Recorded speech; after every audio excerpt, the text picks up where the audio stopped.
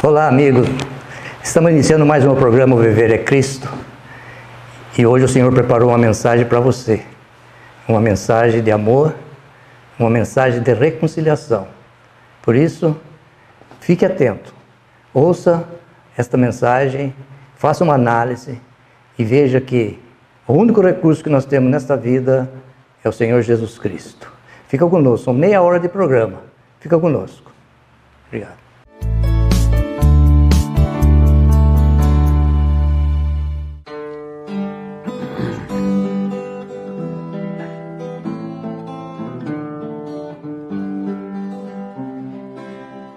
Deus enviou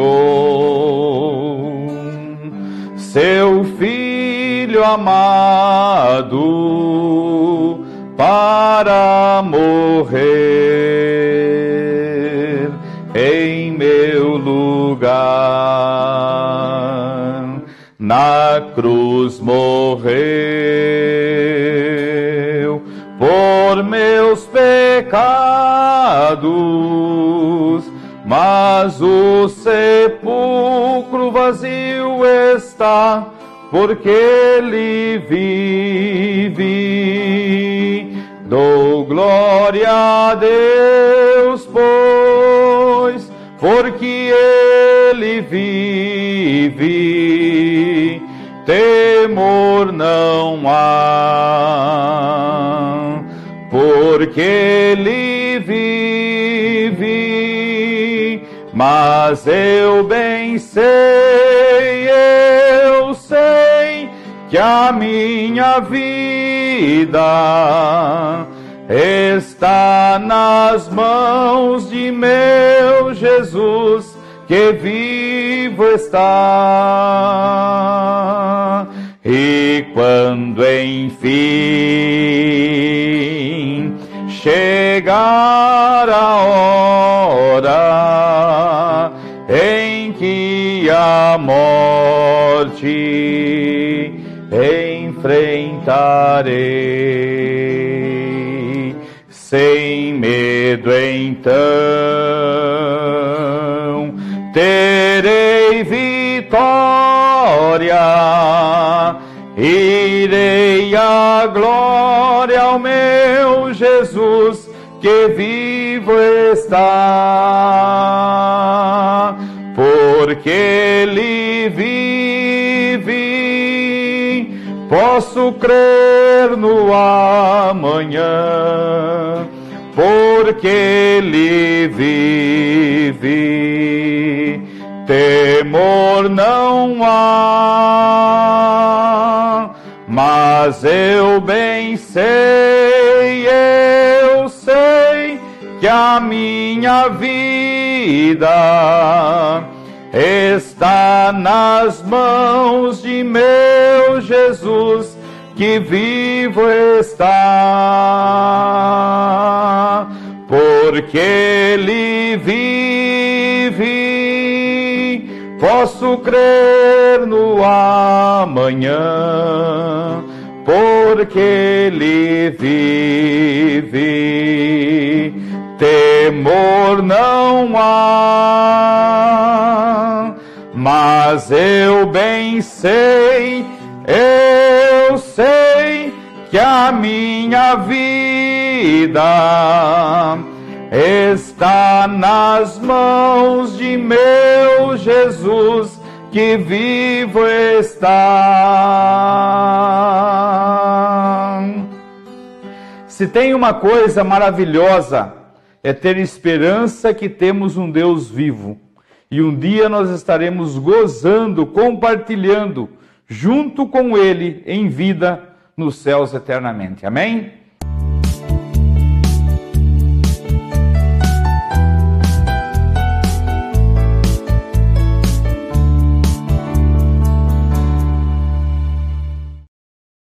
Olá, quero convidá-lo a ler comigo a Palavra de Deus. Nós vamos meditar durante alguns instantes nessa palavra abençoada. Gostaria de ler a parábola do filho pródigo, que está no capítulo 15 do Evangelho de Lucas, versículo 11. Nós vamos ler até o versículo 24, até quase o finalzinho da parábola. Jesus continuou: certo homem tinha 2 filhos. O mais moço deles disse ao pai: Pai, dá-me a parte dos bens que me pertence. E o pai repartiu os bens entre os 2. Poucos dias depois, o filho mais novo, ajuntando tudo, partiu para uma terra longínqua e ali desperdiçou os seus bens, vivendo dissolutamente. Tendo ele gastado tudo, houve naquela terra uma grande fome e começou a padecer necessidades. Então ele foi e se chegou a um dos cidadãos daquela terra, o qual o mandou para os seus campos a apacentar porcos. Ele desejava encher o estômago com as alfarrobas que os porcos comiam, mas ninguém lhe dava nada. Então, caindo em si, disse: Quantos trabalhadores de meu pai têm abundância de pão, e eu aqui pereço de fome? Levantar-me-ei e irei ter com meu pai, e dir-lhe-ei: Pai, pequei contra o céu e perante ti. Já não sou digno de ser chamado teu filho. Faze-me como um dos teus trabalhadores. Então, levantando-se, foi para seu pai. Quando ainda estava longe, viu o seu pai, e se moveu de íntima compaixão. E correndo, lançou-se-lhe ao pescoço e o beijou. O filho lhe disse: Pai, pequei contra o céu e perante ti. Já não sou digno de ser chamado teu filho. Mas o pai disse aos seus servos: Trazei depressa a melhor túnica e vestiu-o com ela, e ponde-lhe um anel na mão e sandálias nos pés. Trazei o bezerro cevado e matai-o, comamos e alegremo-nos, pois este meu filho estava morto e reviveu, tinha-se perdido e foi achado, e começaram a alegrar-se. Essa é uma de 3 parábolas que o Senhor Jesus contou para ensinar, especialmente aos fariseus, que Deus se alegra imensamente quando um pecador se arrepende. Os fariseus estavam incomodados e murmurando porque o Senhor Jesus recebia os pecadores e comia com eles. Então o Senhor Jesus contou a parábola da ovelha perdida e como o pastor que vai em busca da ovelha se alegra quando a encontra. Contou também da moeda perdida e como uma mulher, tendo perdido uma moeda de 10, ela varre a sua casa, procura até encontrá-la. E quando a encontra, muito se alegra e festeja aquele acontecimento de ter encontrado a sua moeda perdida. E finalmente o Senhor Jesus conta essa parábola que lemos, um pedaço dela, de um pai que tinha 2 filhos e um deles, o mais moço, resolve pedir a parte da sua herança, depois resolve ir embora, gasta tudo e, arrependido, volta e é recebido com muita alegria por seu pai.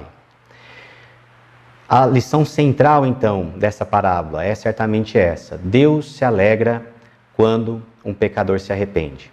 E nós gostaríamos de olhar um pouquinho para essa parábola com mais detalhes e olhar a figura que o Senhor Jesus faz do pecador. O filho mais novo aqui nessa parábola certamente representa o pecador, aquele que está perdido, aquele que está longe de Deus. E quando dizemos pecador, estamos nos referindo ao pecador que ainda está distante de Deus, que ainda não foi alcançado pela graça, que ainda não creu na graça maravilhosa do Senhor Jesus e pela fé se tornou um pecador salvo, um membro da família de Deus. Nós estamos então, quando usamos a palavra pecador, estamos nos referindo àquele pecador ainda não arrependido. Porque de fato todos somos pecadores, mas há os pecadores que ainda estão perdidos porque têm recusado a graça de Deus. E há os pecadores salvos pela graça, redimidos, feitos filhos de Deus. Mas este filho mais novo, ele é apresentado aqui como a figura deste pecador no início da parábola, ainda longe de Deus. Veja que ele tem uma atitude de obstinação. Ele chega diante de seu pai para pedir a sua parte da herança. Ele não tinha o menor direito de fazer um pedido desses. Jamais um filho poderia chegar diante do seu pai em vida e pedir a parte dos bens que lhe cabe. Afinal de contas, a herança só é repartida quando o pai vem a falecer. Então a atitude desse filho mais novo é uma atitude obstinada, figura própria do pecador ainda longe de Deus. O pecador, ele também tem essa mesma atitude de obstinação diante de Deus. Porque, embora desfrutando todos os dias das bênçãos que vêm de Deus, embora sendo criatura do próprio Deus, embora desfrutando do sol que se levanta sobre maus e bons, justos e injustos, embora desfrutando da chuva, que da mesma forma Deus manda sobre maus e bons, justos e injustos, embora respirando e tendo fôlego de vida dado por Deus, ele não considera a Deus nos seus caminhos. Desfruta as bênçãos de Deus, é uma criatura de Deus, mas não considera a Deus nos seus caminhos, é obstinado. Nós vemos também uma atitude do filho, que é a atitude do egoísmo, porque após o pai ter repartido os bens que lhe correspondiam, depois de algum tempo, ele juntando tudo, parte para uma terra distante. Ele resolve ir embora, deixar para trás o seu pai, o seu irmão, a sua casa, os negócios da família. E ele não faz conta de nada disso. Ele não está se importando ou se preocupando com qualquer uma dessas pessoas ou dessas coisas. Ele está preocupado apenas consigo mesmo. Isso é o egoísmo. O egoísmo é o culto de si mesmo, o culto do seu próprio ego. O pecador é alguém assim, alguém egoísta, porque ele percebe-se e entende-se autossuficiente. Entende que ele pode resolver os seus próprios problemas. Entende que ele é suficiente para si mesmo e que ele não precisa de Deus. Ele vai vivendo a sua vida preocupado com as suas coisas, esquecendo-se que um dia terá que apresentar-se diante de Deus para prestar contas. Mas esse filho, ele não estava preocupado nem com seu pai, nem com seu irmão, nem com a fazenda. Ele estava preocupado apenas consigo mesmo. O pecador, enquanto permanece longe de Deus, ainda que de forma talvez inconsciente, ele está na verdade revelando uma atitude egoísta, entendendo-se autossuficiente, achando que não depende da graça de Deus. Nós vemos uma atitude de separação. Ele vai para longe, ele quer estar o mais distante possível de seu pai, numa terra distante, onde ele vai viver dissolutamente, ou seja, vai fazer aquilo que ele quer, vivendo uma vida de baixo padrão moral, uma vida de dissolução, ou seja, refere-se a algo que está dissolvendo, algo que está sendo corroído, algo que está se perdendo. O pecador também é assim. Ele não quer estar perto de Deus. Ele quer estar o mais longe possível de Deus. E, na verdade, mal sabe que por causa do seu pecado é assim mesmo que ele se encontra, longe e separado de Deus. Desde o primeiro pecado, aqui neste mundo, quando Adão pecou contra Deus, o desobedecendo, e depois Deus vai procurá-lo no jardim e ele se esconde. Ele não quer estar perto de Deus, ele tem medo e quer estar distante.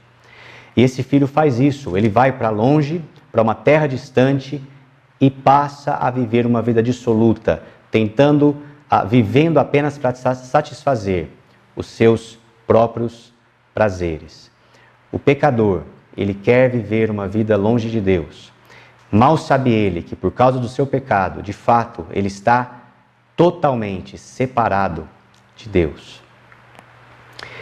Ele se entrega à sensualidade e aos prazeres carnais.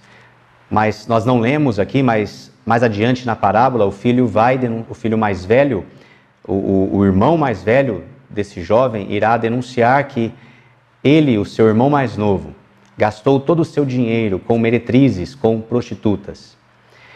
E, de fato, o pecador assim vive.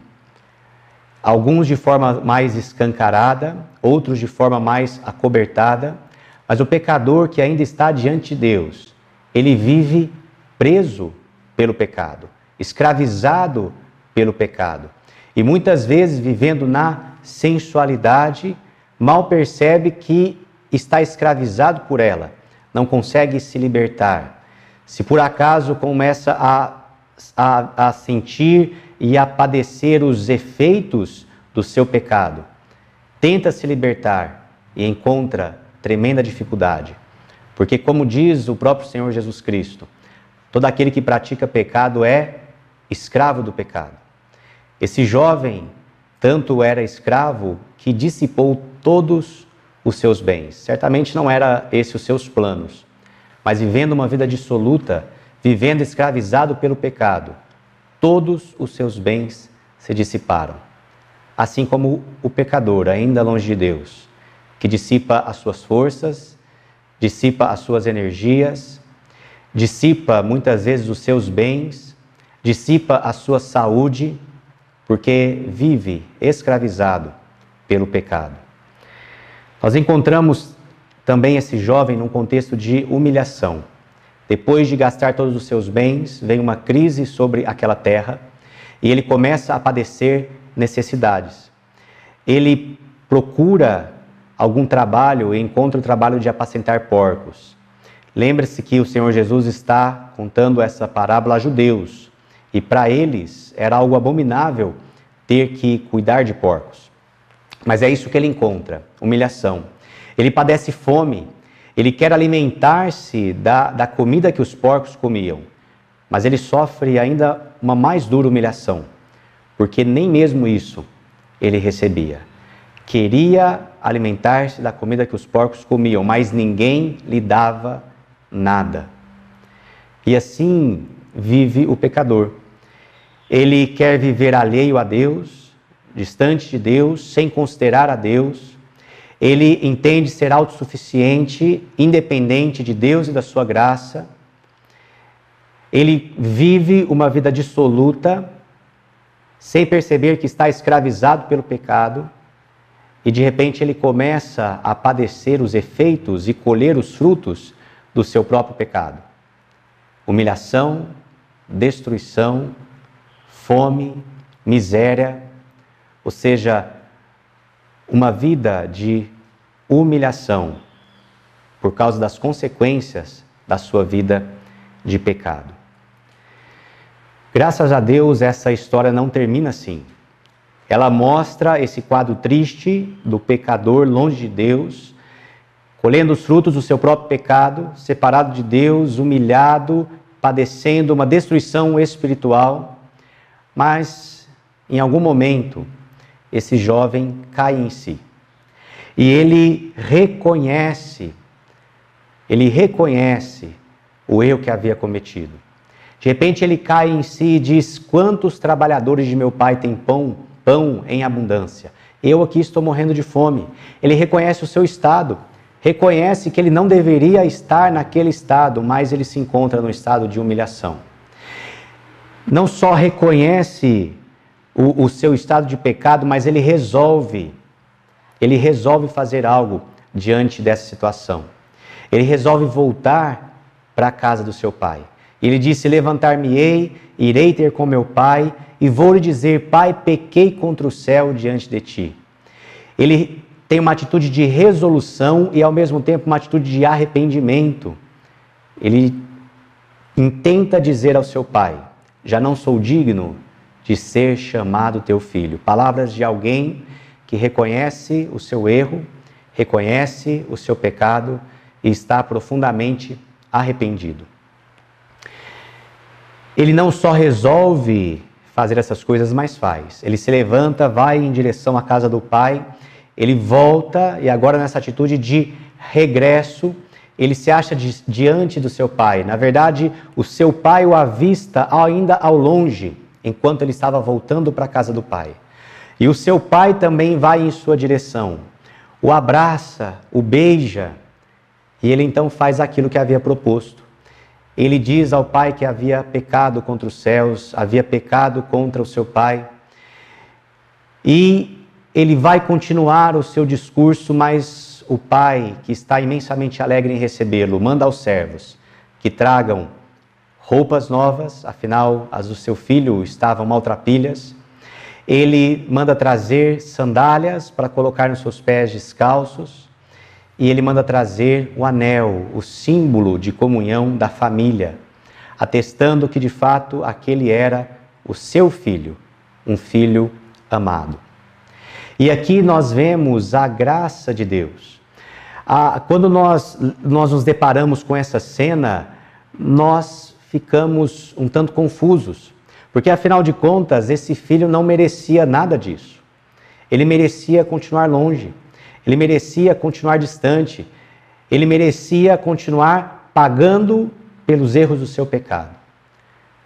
Mas o Senhor Jesus está aqui nos mostrando na figura desse pai a atitude de Deus com relação ao pecador arrependido. Toda vez que um pecador cai em si, reconhece o seu estado de pecado e quer voltar para Deus e o faz pelo único caminho chamado Jesus Cristo, ele é aceito e recebido com muita alegria. Foi para isso que o Senhor Jesus contou essa parábola, para mostrar que Deus se alegra muitíssimo quando um pecador se arrepende. E então, tendo recebido o seu filho, tendo suprido agora as suas necessidades, tendo lhe dado uma posição de honra como filho amado, com aquele anel em seu dedo, eles começam a alegrar-se. E o pai diz o motivo: porque esse meu filho estava morto e reviveu, estava perdido e foi achado. Nós gostaríamos de compartilhar essa mensagem do amor de Deus, o amor que recebe e perdoa o pior dos pecadores. Não importa o que você já tenha feito na sua vida longe de Deus, de pecado. Não importa o que já tenha acontecido. Deus te ama. Deus te amou.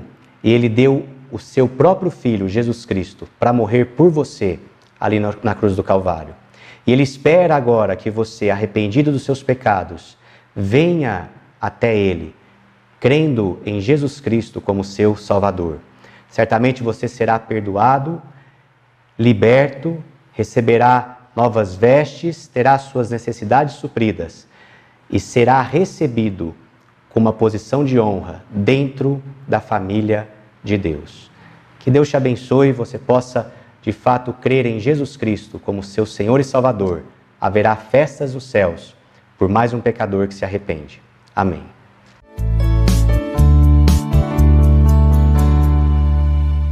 Muito bem, nós chegamos ao final de mais um programa, O Viver é Cristo, e a mensagem de Deus foi entregue para você hoje. Uma mensagem de amor, uma mensagem de perdão e de reconciliação. Nós temos notado que muitas pessoas não gostam que fale de pecado. A palavra pecado não é muito ouvida. Por quê? Porque a definição da palavra pecado é ofender alguém. É ofensa. E sabemos que Adão, quando pecou, ele ofendeu a Deus. E o pecado passou a todo nós. O próprio Davi, no Salmo 51, e o verso 5, ele diz: eu nasci na iniquidade e em pecado me concebeu a minha mãe.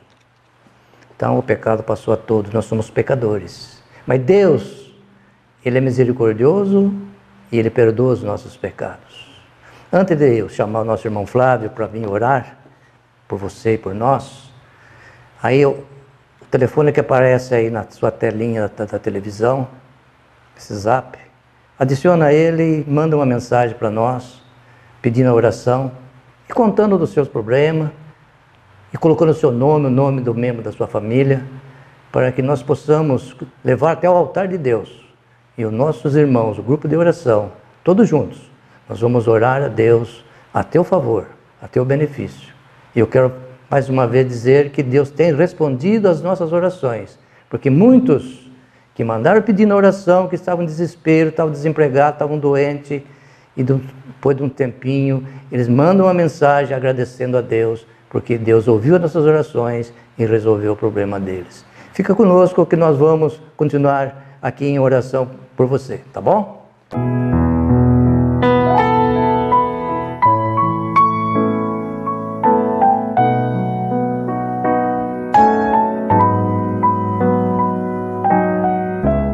Vamos orar. Pai bendito, nós queremos agradecer por Jesus Cristo, teu Filho amado, a quem o Senhor escolheu para ser o nosso Salvador. Queremos agradecer porque o Senhor recebe e perdoa a pecadores como nós, na tua família, para sermos teus filhos, e o Senhor nos coloca nessa posição de honra. Nós queremos agradecer pela mensagem que hoje pôde ser divulgada, que ela chegue aos corações e que possa trazer salvação àqueles que a tenham ouvido. Nós também queremos agradecer pelas orações que o Senhor já tem respondido, agradecer pelas vidas a que o Senhor tem abençoado, as necessidades que o Senhor já tem suprido, e queremos continuar pedindo a tua bênção, a tua graça e a tua misericórdia, Senhor, sobre a vida de tantos que ainda estão necessitados, tantos que ainda estão clamando diante do teu trono e que têm também nos pedido para clamarmos juntos com eles. Nós queremos pedir que o Senhor abençoe aqueles que estão nos assistindo, possa suprir as suas necessidades, sejam elas físicas, emocionais, espirituais.